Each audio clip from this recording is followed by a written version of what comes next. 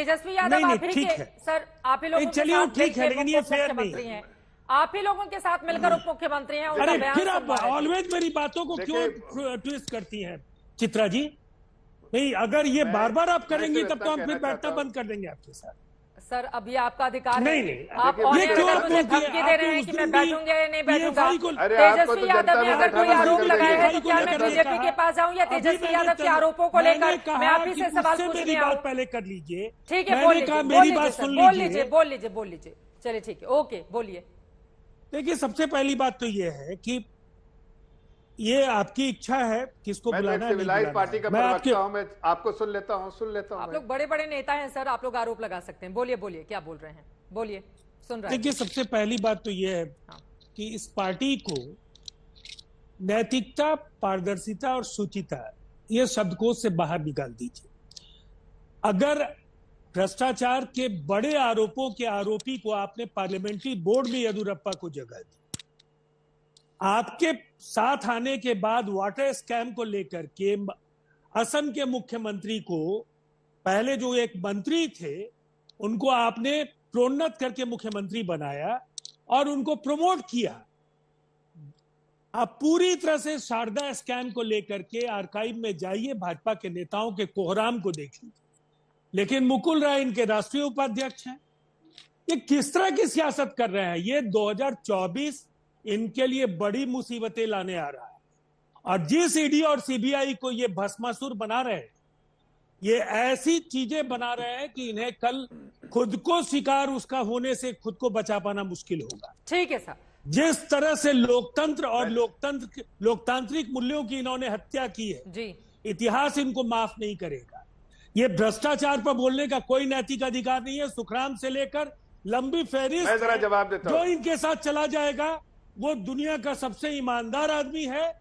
जो इनके खिलाफ लड़ेगा वो बेईमान है। तो जब तक आप लोग इनके साथ थे, ईमानदार थे या नहीं थे? सुनिए चित्रा जी, मैंने लाइव में, मेरे आर्काइव में अनेक बयान है और मैंने कई प्रश्नों पर, इनकी आर्थिक नीतियों के सवाल पर, भ्रष्टाचार के दोहरे मानदंडों के सवाल पर मैंने खुल करके असहमति जताई है। इसीलिए कौन क्या बोलता है मुझे उसकी परवाह नहीं है। मैं जानता हूं कि मैं क्या करता हूं और मेरी पार्टी क्या करती है, मुझे पूरी तरह से पता है। भ्रष्टाचार का कोई आरोप हमारी पार्टी के खिलाफ आप नहीं लगा पाए। लेकिन बहुत हैरत नहीं होगी कि आप किसी के खिलाफ कुछ भी गढ़ लीजिएगा। और जहां तक जफर इस्लाम साहब की बात है, अब आपकी बात हो गई सर, अब आगे पूछ लूंगी मैं। आपकी बात हो गई, अब जरा एक एक करके, बहुत देर से सुजाता पांडे भी इंतजार कर रही हैं। जफर इस्लाम साहब, तेजस्वी यादव ने जो कहा है उस पर मैं आपका जवाब चाहूंगी। 1 मिनट सर, सुन लीजिए। वो कह रहे हैं कि मुख्यमंत्री मनोहर लाल खट्टर गए थे उद्घाटन में, फोटो भी दिखा रहे थे वो, तब तक बारिश हो गई। वो कह रहे थे पता नहीं कौन सा मेरा मॉल बनवा दिया और उसमें भेज दिया सीबीआई इंक्वायरी करने के लिए। देखिए, 2 बातें कहूंगा। पहली बात, जो आपने तेजस्वी यादव की बात कही उसको मैं दूसरी बात कहूंगा, लेकिन पहली बात जो मैं ये कहना जा रहा हूं कि आज मैं देख रहा हूं कितना कमजोर नीतीश कुमार हो गए कि उनके प्रवक्ता जिस तरह की दुहाई दे रहे हैं तेजस्वी यादव के लिए और उनकी पार्टी के लिए और अपने पद को बचाने के लिए। आप सवालों का जवाब दीजिए। सुखराम आपके आदर्श हो गए ना। दूसरी बात जो आपको सवाल किया तेजस्वी यादव के, अरे इन्वेस्टिगेशन होने दीजिए ना। इन्वेस्टिगेशन से क्यों भाग रहे हैं? इन्वेस्टिगेशन से क्यों भाग रहे हैं? इन्वेस्टिगेशन तो होने दीजिए। इन्वेस्टिगेशन हो रही है, इन्वेस्टिगेशन को आप कहिए ना।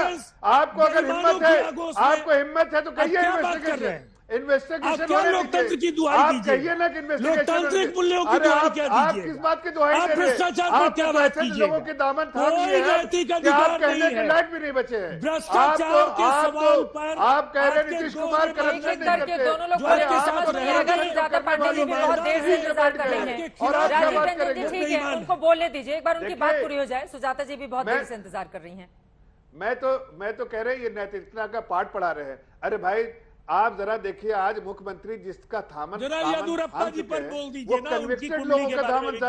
अरे भाई, लालू यादव जी कन्विक्टेड आदमी है, बाकी लोगों पे तो अभी इन्वेस्टिगेशन चल रहा है। लालू यादव तो कन्विक्टेड आदमी है। नहीं, कन्विक्टेड आदमी है और कन्विक्टेड आदमी के साथ आप उनका दामन थाम के अपने को नैतिकता की बात कर रहे हैं। किस नैतिकता की बात कर रहे हैं? नहीं, किस नैतिकता की बात कर रहे हैं? अरे भाई, नैतिकता के दामन थामने से पहले लालू यादव के दामन को छोड़ दीजिए, तब समझते तब समझेंगे कि नहीं। पहले तो आप बताइए कि आपने लालू यादव का दामन थामा और यहाँ भाषण दे रहे हैं, यहाँ भाषण दे रहे हैं, यह नैतिकता का पाठ पढ़ाइएगा।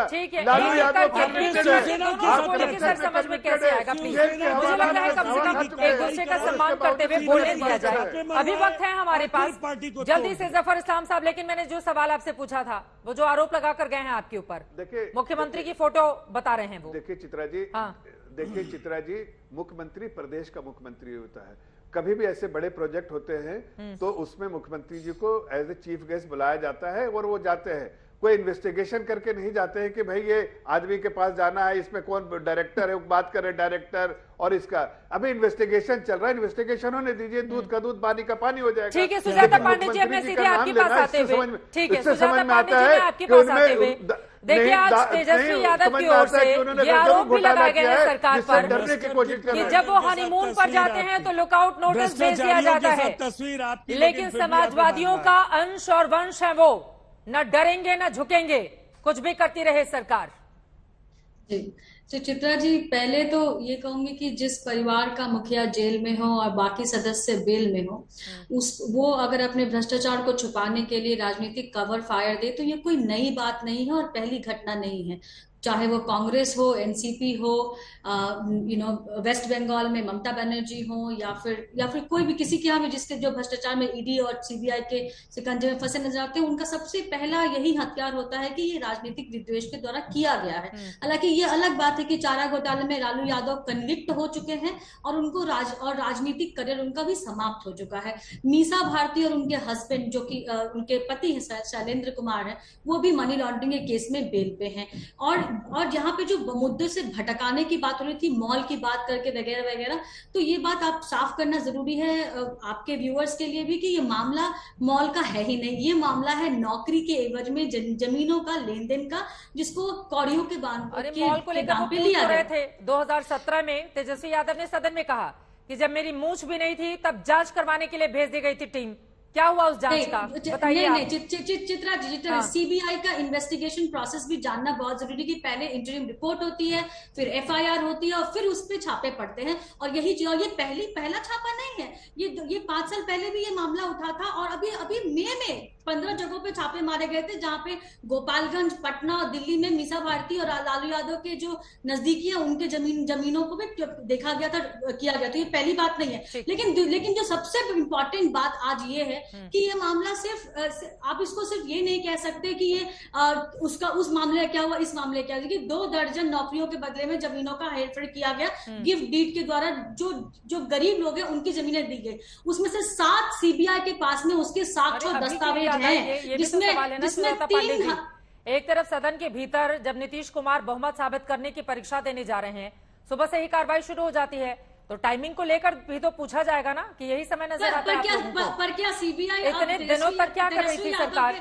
नहीं, पर क्या आप सीबीआई, तेजस्वी यादव और हर राज्य की सरकार और सारे भ्रष्ट जिन पे भी भ्रष्टाचार के आरोप लगे हैं उनकी परमिशन लेके अपना कार्रवाई करेगी चित्रा जी?